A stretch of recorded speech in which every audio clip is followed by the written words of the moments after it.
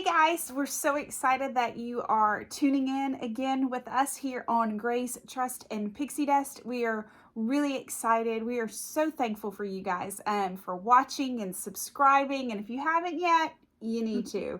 You know, the comments mean a lot to us, so make sure you guys comment a lot and we will answer if you have any questions. But we're here again.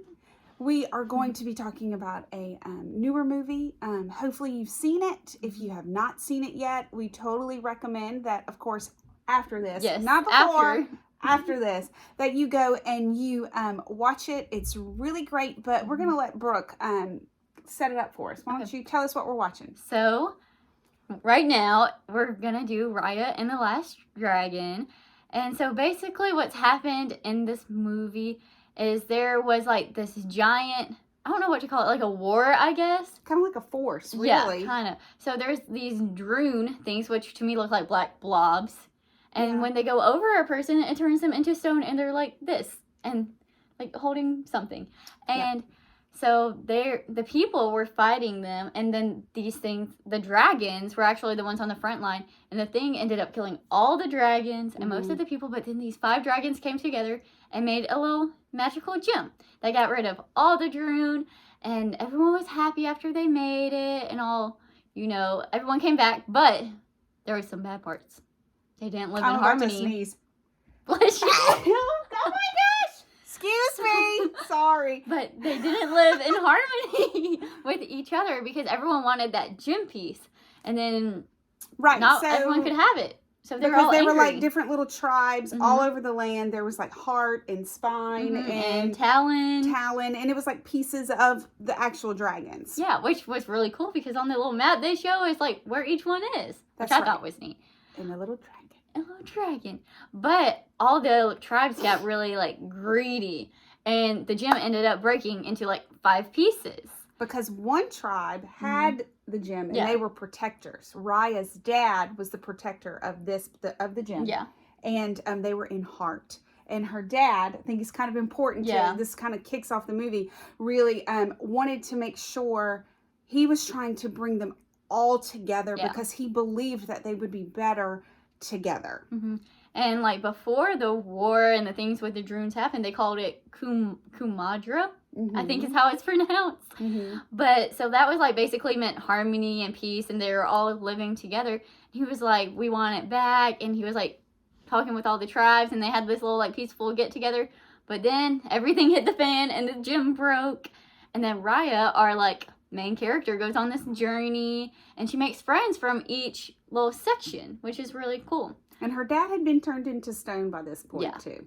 Yeah, the druun attacked. They actually all came back after the gem broke, and most people from like heart and spine, heart, spine, and there's one other one that everyone was like gone. Yeah, go watch it because I can't remember all the names.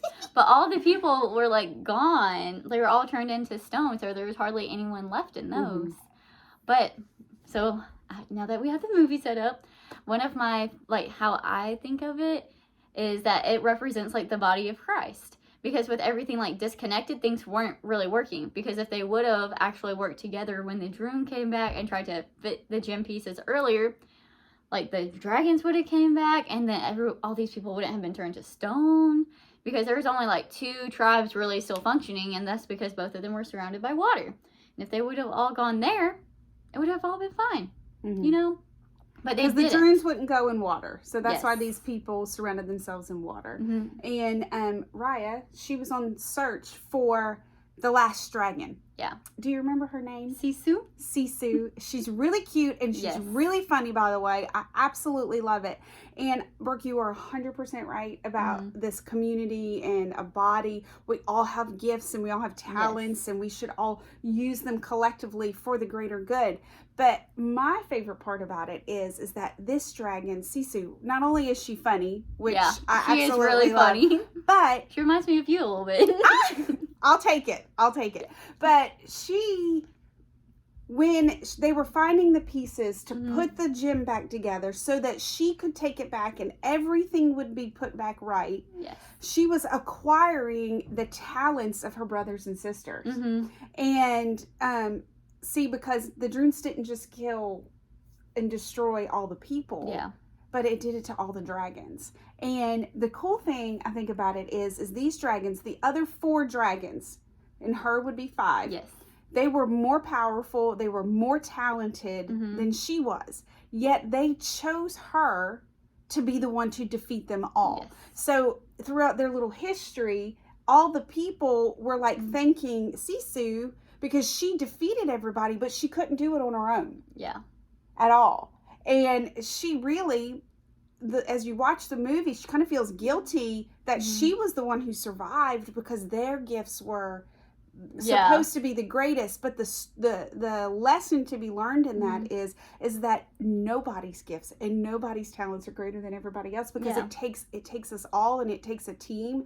And when we do things together, we not only do we accomplish more, but we have a sense of camaraderie, and we have a sense of community, and we do more. And she, at the end, all of her siblings come back and they're all together, but she is my favorite because what seemed to be the least was actually the best. See, what's cool, because I've been reading in 1 Corinthians, and I never realized that the portion about the different giftings and then the portion about the body of Christ is like right there next to each other. And I feel like that's just, to me, what the movie reminds me of, because all these people, like, they all basically hated each other because they all had different giftings and they're just different from each other, so they didn't accept the others. Correct. And then, like, so it caused them to just be not disharmony. I don't know, not in harmony. Disharmony. That's a cool new word. Let's disharmony.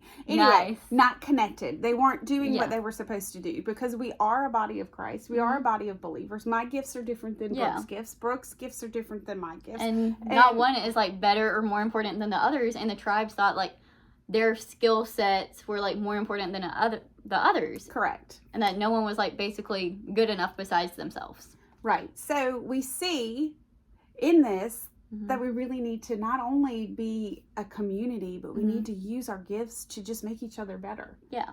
So we hope that you have enjoyed this episode, and we are very well aware that maybe you don't know what your gifts are, or maybe you're not real sure about who's in your community or who's in your tribe. And, you know, and we really want to encourage you to seek that out. Yes. And if you have questions for us, comment down there, and we can answer them. And we'll try to answer them as best that we can. And we hope that you have a great day. So we're going to leave you with a little what? Faith, grace, grace, trust, and Pixie Dust. Bye, guys. Can't wait to see you next week. Y'all.